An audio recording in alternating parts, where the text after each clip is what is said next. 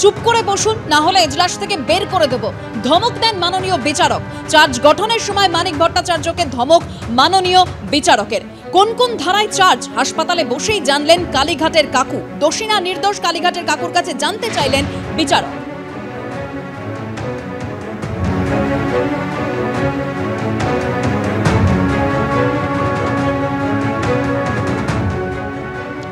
আমাদের সঙ্গে এই মুহূর্তে টেলিফোন লাইনে রয়েছেন আমাদের প্রতিনিধি প্রকাশ সিনহা। প্রকাশ, একদিকে সুজয় কৃষ্ণ ভদ্রের অসুস্থতার জন্য চার্জ গঠন হচ্ছিল না, এবার চার্জ গঠন হলো, যেখানে এজলাসে একদম মানিক ভট্টাচার্যের সঙ্গে কথা কাটাকাটি হয় মাননীয় বিচারকের। কি হলো আজ এজলাসে?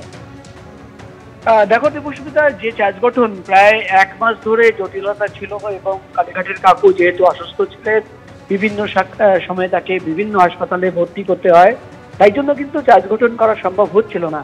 কিন্তু আজকে যখন দুপুর 2টা নাগাদ এই মামলার শুনানি শুরু হয়, আমরা দেখলাম কালীঘাটের কাকুকে আপোলো হাসপাতাল থেকে ভার্চুয়ালি পেশ করা হয় এবং বিচারক কাকুর বিরুদ্ধে যে চার্জ গঠনের প্রক্রিয়া সেটা কিন্তু সম্পূর্ণ করেন।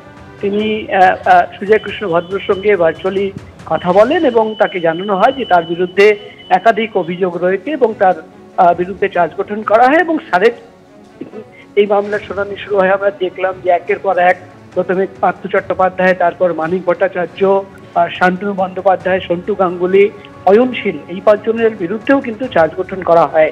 মানিক ভট্টাচার্যের বিরুদ্ধে যখন চার্জ গঠন করা হচ্ছিল এবং বিচারক তার বিরুদ্ধে যে চার্জশিটে অভিযোগ রয়েছে সেটা পড়ে শোনাচ্ছিলেন এবং পড়ার পর যখন বিচারক প্রশ্ন করেন নিয়ম মেনে যে তিনি কি মনে করেন তিনি দোষী না নির্দোষ, তখন আমরা দেখলাম যে মানিক ভট্টাচার্য কোনো উত্তর না দিয়ে অন্য কথা বলতে থাকেন। তিনি বলতে থাকেন যে তার বিরুদ্ধে যে অভিযোগ আনা হয়েছে সেটা কোনো প্রমাণ নেই, তথ্য নেই।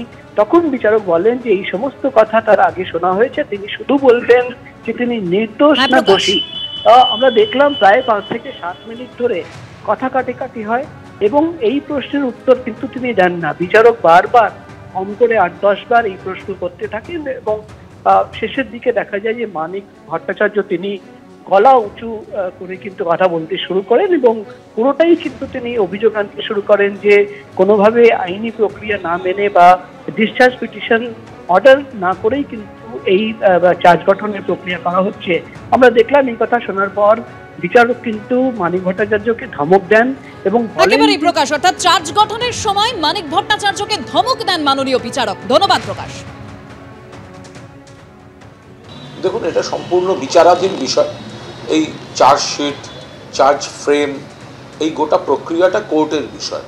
প্রথম কথা, আইনের পথে চলে। আমরা শুধু এজেন্সির ক্ষেত্রে বলেছিলাম যেন রাজনৈতিক পক্ষপাত দুষ্ট না হয়। খারাপ কাজ হয়ে থাকলে নিশ্চিতভাবে কোর্টে প্রমাণ করবেন এবং দোষীরা যথাযথ পদক্ষেপ তাদের বিরুদ্ধে মহামান্য আদালত নেবেন। তো একটা বিচারাধীন প্রসেস, এই যে চার্জ ফ্রেম, এটাও একটা বিচারের প্রসেস। ফলে যেটা হচ্ছে কোর্টে, এর উপর দাঁড়িয়ে কোনো রাজনীতির মন্তব্য হতে পারে না।